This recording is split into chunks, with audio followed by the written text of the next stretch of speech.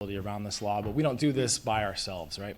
DOB is responsible for the rules, research and data analysis, intergovernmental partnerships, advisory board, task forces, and so on. But we work with a lot of different partners in this effort. So everything from Mach-E-J, DCAS, whose purview is city-owned buildings, HBD, New York City Council, our state partnerships, NYSERDA, DEC, HCR, PSC, our federal partnerships in terms of DOE, EPA, our utility partners, Con Ed, National Grid, NYC Accelerator, who's right here. Love them. Definitely give them a shout out. We pass a lot of folks their way. And then other stakeholders, a lot of whom you represent today. So real estate, service providers, advocates, labor, universities, tenants. So this is a huge effort. It takes all of us working together for this complex and complicated law. It's just in the infancy stages, and it takes a lot of us working hand in hand to make it successful. All right, moving on. Great. So 97 didn't just appear out of nowhere. There have been laws since around 2009 that began this process of warming up to 97. First, we see that there was the benchmarking law, Local Law 84, the Local Law 85, Energy Code. What was important about this is the first time that New York City had its own energy efficiency code, not just using the state or federal codes. Then we have Local Law 87, energy audits. So essentially, the top three were putting into place this work in terms of how much energy a building uses, and then essentially how it's being used. Regarding the ECC, this relates to new buildings. The energy code, in a gradual manner, is becoming more efficient over time. So as the code is revised every 3 years, new buildings are necessarily becoming more efficient over time. And then looking at the bottom row, Local Law 88, this gives building owners the opportunity to make upgrades at a time that's convenient for them, because commercial leases tend to have longer lease times, about 10 years or so. And then lastly, Local Law 33, the energy grade, which grew out of benchmarking, and it has to do with building performance. And I'm sure we're all pretty familiar with this. As we look around the city, see large buildings with energy grades on the corners. We're pretty familiar with that law. So. Okay, so once 2009 had passed, it was time to bring in the next phase of decarbonization for New York City, and that is the Climate Mobilization Act. We're very familiar, obviously, with Local Law 97, but this wasn't the only law that came out of the Climate Mobilization Act. We see kind of the Hollywood squares here, 9 different laws that came out of the Climate Mobilization Act. But as you know, today we're here to focus really specifically on Local Law 97, as you see here in green. Okay, so just taking a step back here, why is this so important? Well, buildings in New York City account for 2/3 of all greenhouse gas emissions in the city. And just the 50,000 largest buildings that are 25,000 square feet and greater account for about 2/3 of all of those emissions. So this is really the first place to start in terms of tackling climate and drastically reducing our emissions to get to net zero by 2050. So this is really the important place to start. This aligns with the CLCPA, the state code, or state law rather, as well as federal and international laws. This law will also drive building performance standards all across the city, which has an important ripple effect for the green economy in terms of jobs and construction activity.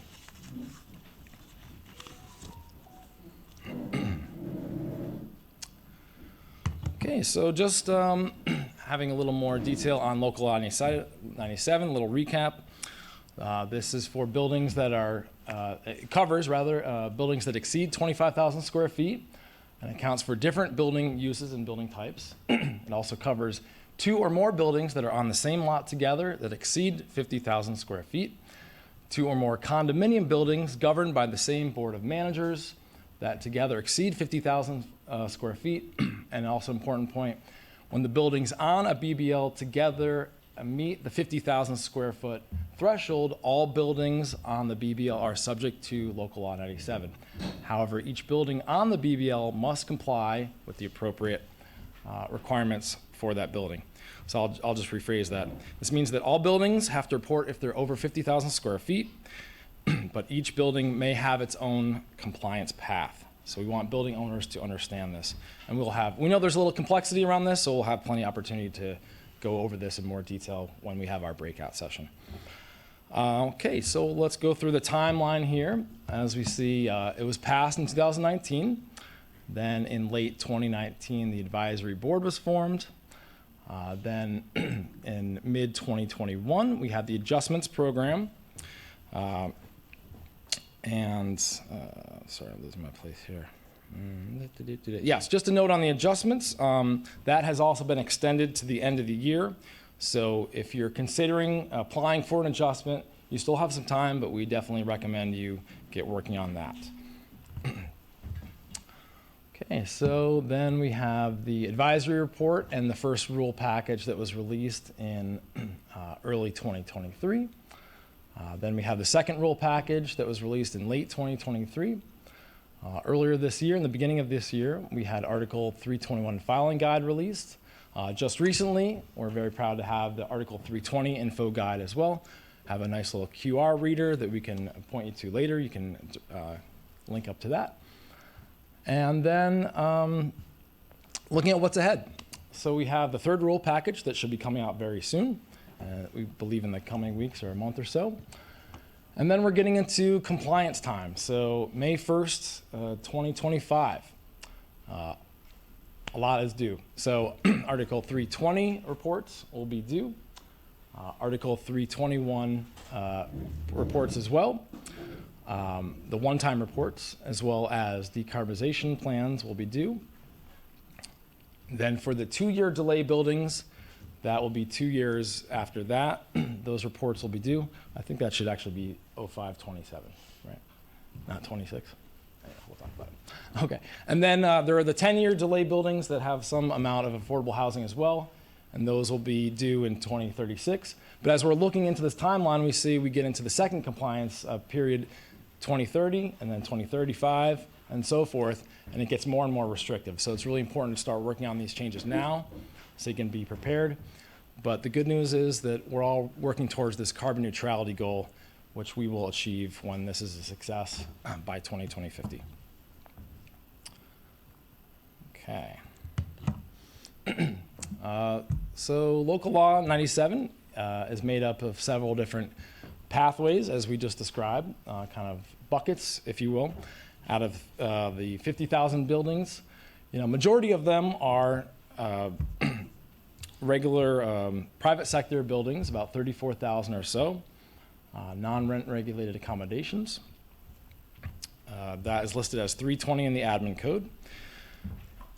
They have to follow the emissions limits. Then we have the Article 321 buildings. That's a one-time compliance.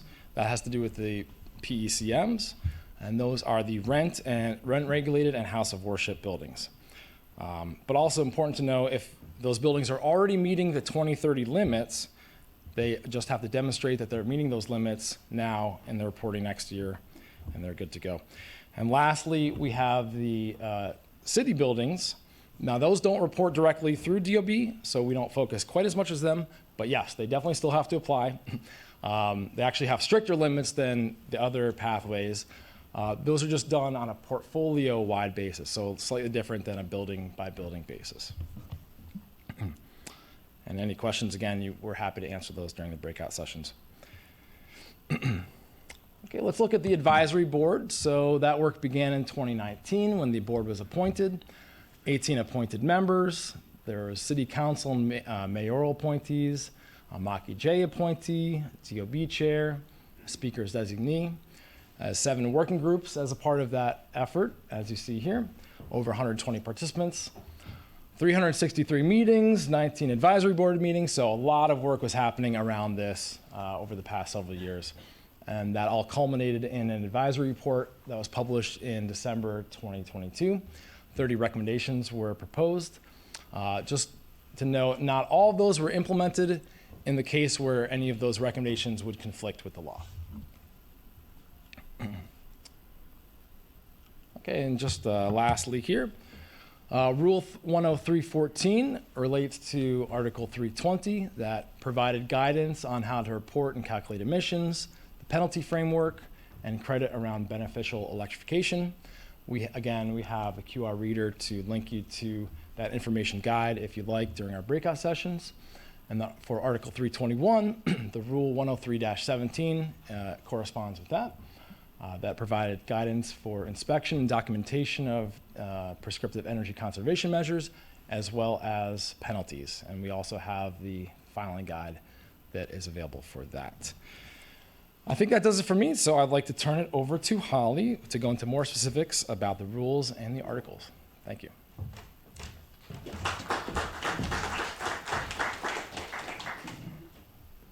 Thanks, Chris.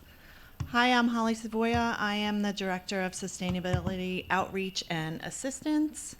And yeah.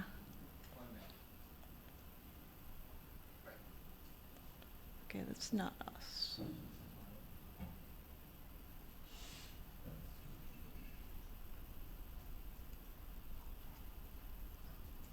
Okay, this is the next presentation. Yeah, that's okay. Sorry for the technical difficulties. We should be ready shortly.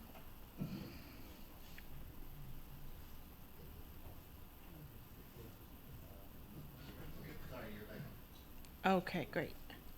Okay, so here we are. Chris mentioned Rule 103.14. It has a wealth of information in that rule. I suggest you read it multiple times. And it gives you guidance on calculating not only your emissions, but also the limits for the spaces in your building. And what I want to call your attention to is the graph on the right. Chris mentioned that in the timeline that as time progresses, the limits will become stricter and stricter with each cycle. So we're looking ahead to 2030. What this graph shows is that if you are still operating on fossil fuels like oil and gas, those coefficients are going to remain steady for the periods to come, whereas the electric coefficient will be reducing, and also corresponding with that is district steam. So as the periods go on, if you're still using fossil fuel for your buildings, while the limits become more strict, your coefficients are going to stay the same, so you're going to have a harder time meeting your limits than you do right now. Which is why there is something called beneficial electrification. And so for owners that replace those fossil fuel equipment with high efficiency space conditioning or water heating equipment, the emissions that are due to that running that equipment will be deducted from your emissions. And there's a benefit to doing it sooner rather than later, because anything that's done before 2027 will get double the emissions credit. So you might say, well, my building meets the limits in the first cycle. That's okay. You can bank those credits for a later time period.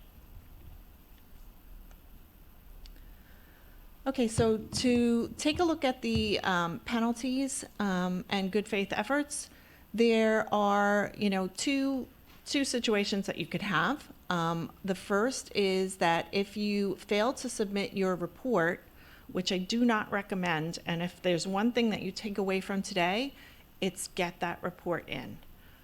Even if you are not meeting your limits, get the report in, because the penalty for that is your floor area times 50 cents per square foot per month. So it's a much more expensive not to submit your report than to do so and not meet your limits. So the second pathway would be if you are over your limit or under your limit. But if you're over your limit, the penalty will be, of course, the emissions that you are emitting from your building minus the limit that's associated with your building times $268. But that penalty is only once per year. There is something called penalty mitigation, where if you are outside compliance, you can enter into mitigation with the department. There's also, that underneath that is if you have an unexpected or unforeseeable event with your building, a fire, earthquake, some act of God. The part of that is something called the good faith efforts. So if you want to enter into mitigation and you want to pursue good faith efforts, the three things on the left, submitting your report, submitting your benchmarking, and submitting your Local Law 88 reporting, all have to be completed in order to qualify for that. Plus, you have to do one of the ones on the right. So we're going to talk mostly about the decarbonization plan, which is something that a lot of buildings will probably choose to elect to do if they are not in compliance. And what that says is that if you pursue a decarbonization plan, it isn't just a simple form that you fill out. There is some work that has to be done. So we do recommend that you begin as early as possible if you haven't already. And to do that, it will require that you complete an energy audit, that you take an inventory of your major equipment, and then that you tell us what you're going to be doing, when you're going to be doing it, and how you're going to be financing or paying for those upgrades. So if you do elect to go for good faith effort using the decarbonization plan pathway, you would need to submit your decarb plan along with your submission for Local Law 97 by May 1st. It would require you to come into compliance 2 years after that, and demonstrate that the work for the compliance is underway a year following that. And one of the things to keep in mind with this is that if you are pursuing the decarbonization plan during the first cycle, you will not be allowed to use any RECs to achieve that. So for the penalty situation, the way that this works is if you are not in compliance, DOB will issue the penalty amount, and you have two choices. You can either pay the penalty amount or you can go to court. If you are instead electing to pursue mediated resolution, you can enter into a legally binding agreement with the DOB, and then you would submit your report the next year, and so forth. If, however, you do not comply with the agreement, you would then be issued a penalty, and DOB does have the right to go and issue retroactive penalties for the years that you weren't in compliance. But if you do enter into mediated resolution for those first 2 years, you would not receive any penalties while you're engaging in the work. Okay, similarly, for Article 321, there are two compliance options as well. You can, as Chris mentioned, if your building is in such good shape that you already are in compliance with the second cycle of limits, the 2030 limits, you can demonstrate that, and that's all that you would need to do. If not, you can employ the prescriptive energy conservation measures, which we refer to as PECMs. 9 of these will require just an attestation that they've been completed. 4 of them do require some type of documentation that an inspection was done.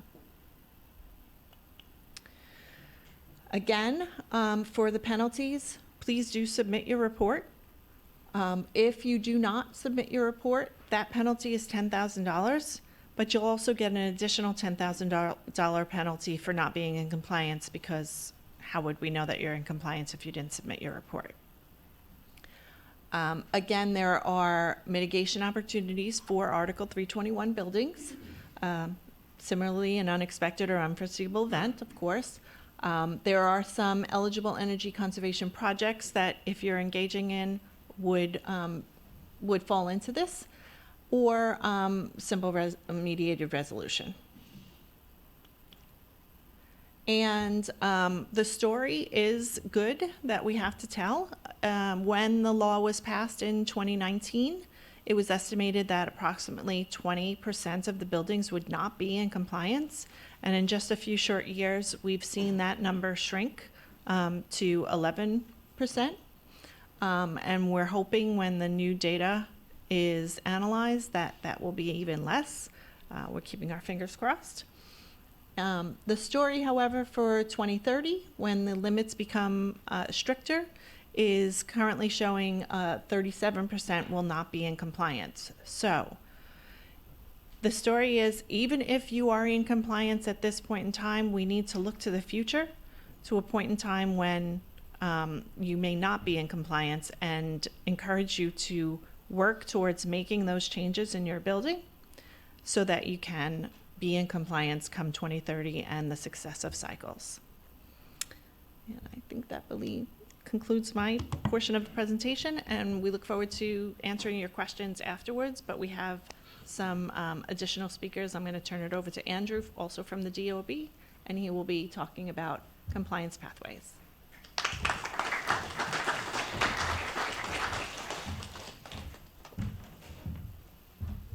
Thanks, Holly.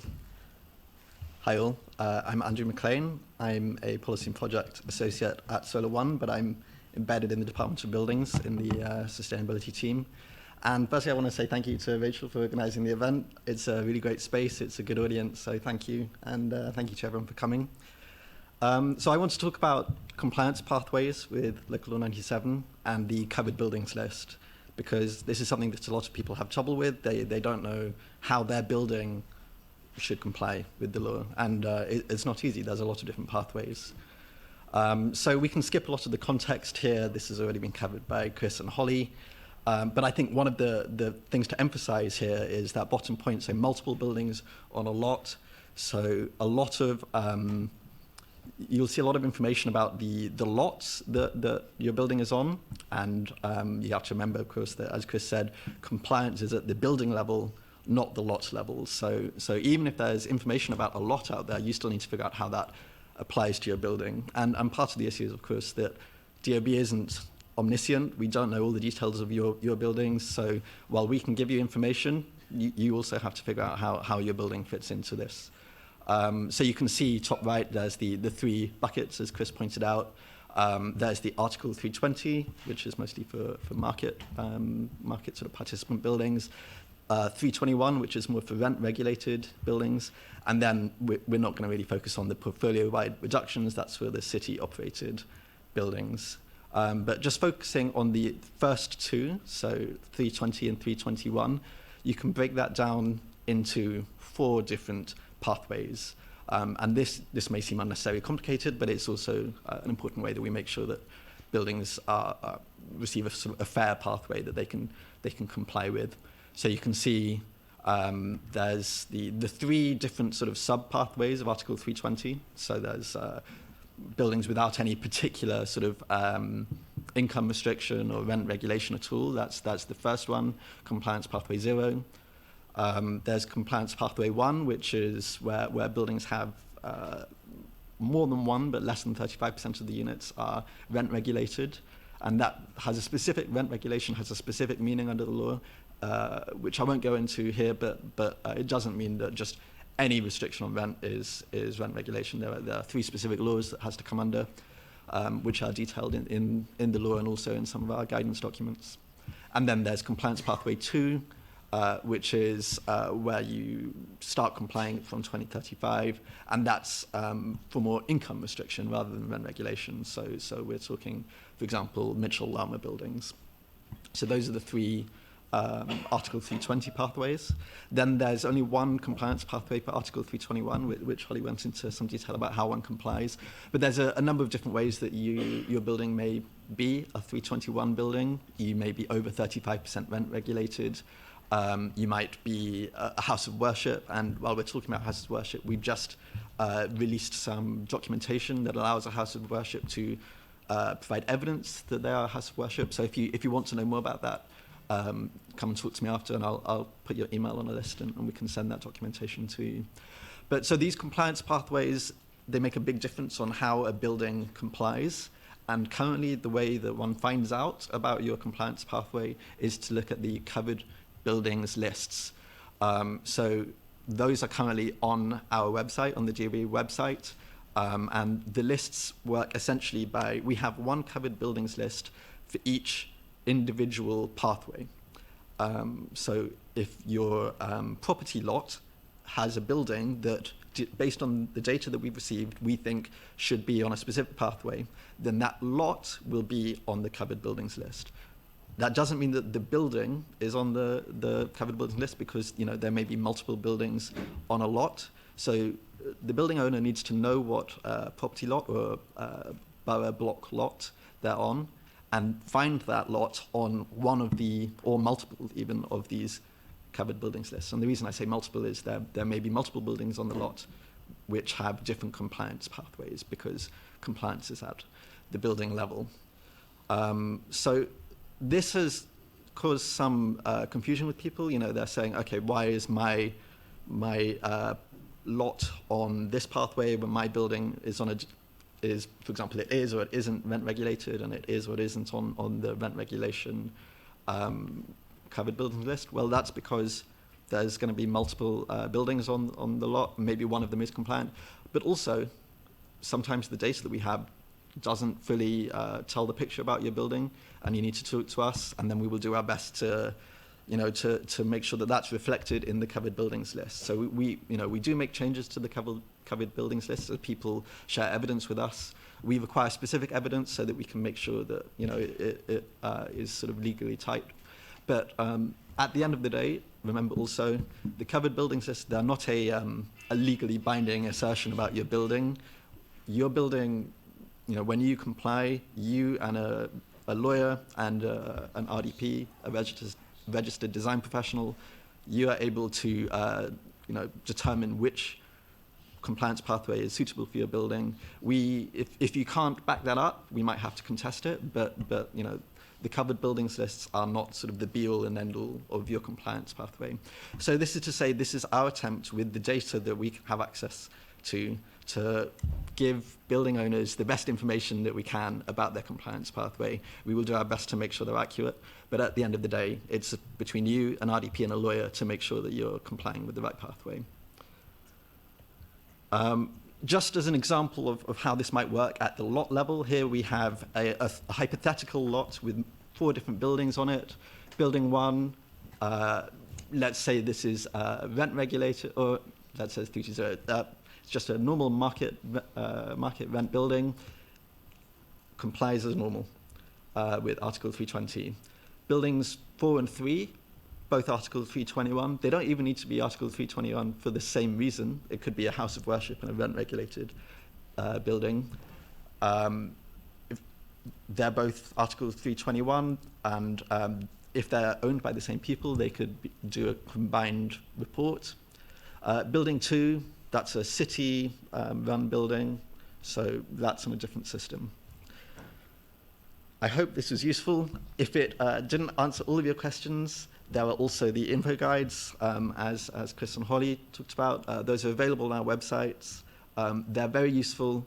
They are occasionally updated, so it might be best not to just download it, but actually to keep going to the hyperlink every time on our website, rather than relying on one PDF that was downloaded a while ago. Do refer to those. Those are very useful. And if there's a problem that isn't resolved by these, please email us at ghgadmissions@buildings.nyc.gov. We do our best to answer those questions. We get a lot of questions. We do our best to answer them as quickly as we can. And also after this, we'll be available for questions. So that's the end of my presentation. I'm going to hand over to Aisha at the Accelerator. Hopefully talk to some of you after.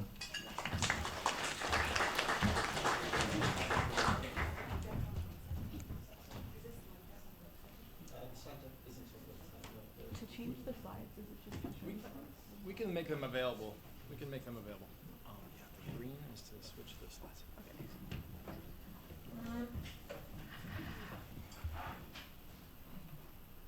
Okay, testing. All right. Hi, I'm Aisha. I'm an account manager from NYC Accelerator, and I'm here to discuss how NYC Accelerator can help you comply with Local Law 97. So first off, what exactly is NYC Accelerator? So it's a free city program designed to help control costs, meet compliance requirements for local laws, boost building performance, increase energy savings, and reduce carbon emissions across New York City buildings. We provide free technical guidance, identify building upgrade projects specifically for your building. We also have a free training center with no-cost building operator trainings that supports a green workforce. We connect building decision makers directly with service providers to implement the decarbonization projects we were talking about earlier. And we also help identify any applicable financial incentives. We also have financing specialists on board that can help discuss loan options with you. So any building above 5,000 square feet is eligible, and smaller buildings are referred to partner organizations. So you can either call us or visit our website, and you'll be assigned a designated account manager and receive objective advice customized to your building's needs. There's no catch, cost, or commitment of any sort. You can contact us as many times as you'd like. And our job is to kind of hold your hand through the decision-making process and the local law compliance process. So this is the typical customer experience. First, you'd learn about the program like you're doing today, and then we'd provide a building assessment based off of your building's needs. We decide on energy conservation measures together and then get you connected with a service provider to implement those measures. Next, we stay in touch to make sure that everything's been implemented properly. And here's a quick overview of our service provider program. So the service provider program supports job creation, workforce development, economic opportunity with the focus on minority and women-owned businesses. It provides a streamlined process to connect building decision makers with service providers to implement the decarbonization projects. And right now we're targeting service providers that can help buildings under 25,000 square feet. Service providers are also vetted through submitting a request for qualifications form. Here are a few of the categories of our service providers. We have air sealing, weatherization, cool roofs, domestic hot water, energy auditors, consultants, registered design professionals, and retro commissioning agents, which is really important for Local Law 97. Energy modeling, HVAC services, and these are just a few that we have. And here's our contact information. We have our table set right over here, so you can let us know if you have any questions. You can join our service provider program, or if you're a building owner, property management firm, we can help you comply with Local Law 97. Thank you.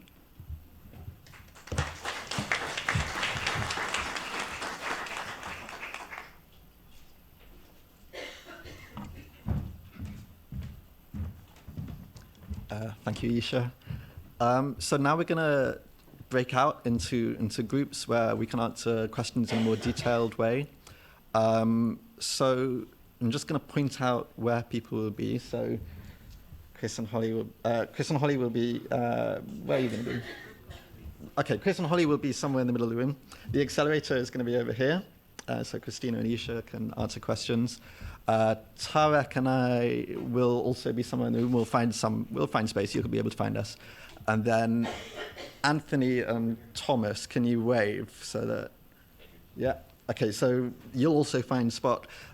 You'll be able to talk more about the technical compliance side, for example, how you can incorporate solar into compliance, but multiple aspects of the compliance, so the technical side. Tarek and I will be talking about the covered buildings list and the compliance pathways. So do come and find us. I think there's still some coffee and tea in the hallway, so you can also network. Thank you everyone for coming. This has been, it's good to see you all.